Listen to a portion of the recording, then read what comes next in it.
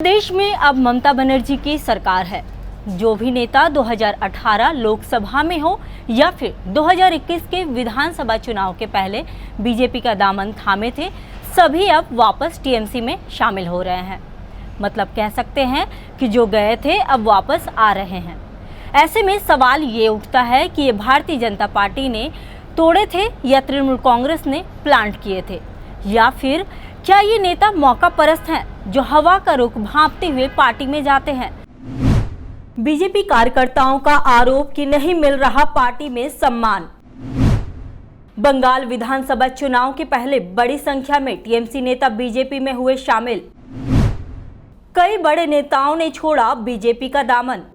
पश्चिम बंगाल विधानसभा चुनाव के पहले बड़ी संख्या में टीएमसी के नेता बीजेपी में शामिल हुए थे, लेकिन विधानसभा चुनाव के बाद अब बीजेपी में भगदड़ मच गई है। मुकुल रॉय सहित बीजेपी के 5 विधायक टीएमसी में शामिल हो चुके हैं। विधानसभा में टीएमसी विधायकों की संख्या 215 से बढ़कर 222 हो गई। बीजेपी के पूर्व केंद्रीय मंत्री और सांसद बाबुल सुप्रियो टीएमसी में शामिल हो चुके। कुछ दिनों पूर्व ही बीजेपी के बड़े नेता माने जाने वाले बैरकपुर सांसद अर्जुन सिंह भी बीजेपी से नाता तोड़ टीएमसी में शामिल हो गए। बीजेपी अब बंगाल में कहीं न कहीं अपने अस्तित्व को बचाने की लड़ाई लड़ रही है। कुछ दिन पूर्व ही मुख्यमंत्री ममता बनर्जी बांकुड़ा दौरे पर गई हुई थी। दौरे के दिन ही बांकुड़ा में 350 से अधिक कार्यकर्ता टीएमसी में शामिल हो गए। यहां तक कि हुगली के सांसद लॉकेट चटर्जी को भी लेकर अटकलें तेज हो गई हैं।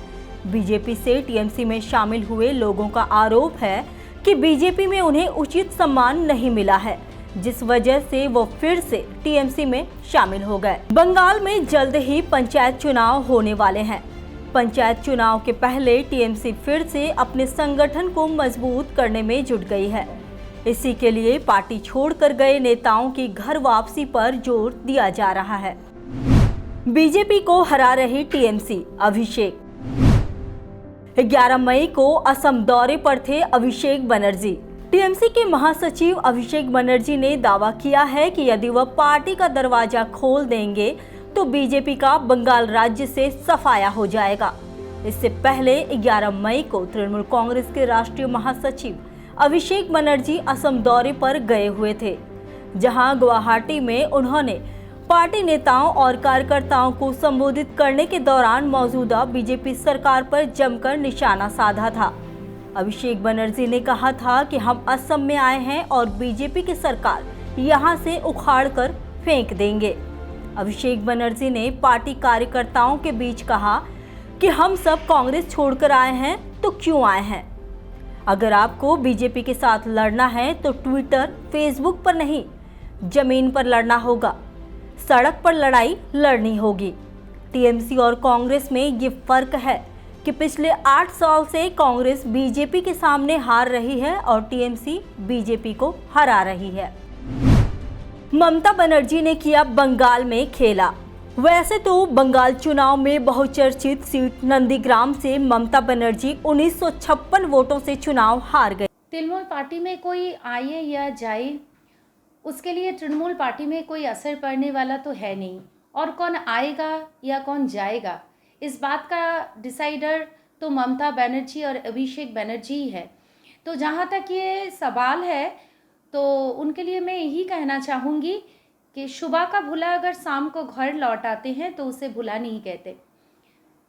तो ये जो तृणमूल पार्टी में रह चुके हैं तो दूसरे पार्टी में जाने के बाद वो ये रियलाइज़ करते हैं कि तृणमूल कितना अच्छा था, क्योंकि जो ममता बनर्जी के छाँव में पले हो तो वो दूसरे जगह पे जाके टिक नहीं सकते।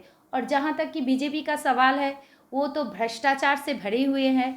उनका सच को झूठ और झूठ को सच में बदलने का जो टेंडेंसी है और लोगों के प्रति जो इरेस्पॉन्सिबिलिटी है, इस सब मिला के एक कोई भी पॉलिटिकल पर्सन जो अच्छे हो वो कभी भी इस जगह पे टिक नहीं सकते। बीजेपी कैंडिडेट शुवेंदु अधिकारी ने उन्हें शिकस्त दी थी। पश्चिम बंगाल में सबसे दिलचस्प मुकाबला इसी सीट पर था। वैसे तो मुख्यमंत्री ममता बनर्जी विपक्ष के नेता शुवेंदु पर आरोप लगाती हैं कि निष्पक्ष तरीके से जीत हासिल नहीं की। ये जो भगदड़ मची है ये आत्मसम्मान की है या सत्ता के मलाई की? कुछ नेताओं को हमेशा सत्ता के छांव में रहने की आदत होती है।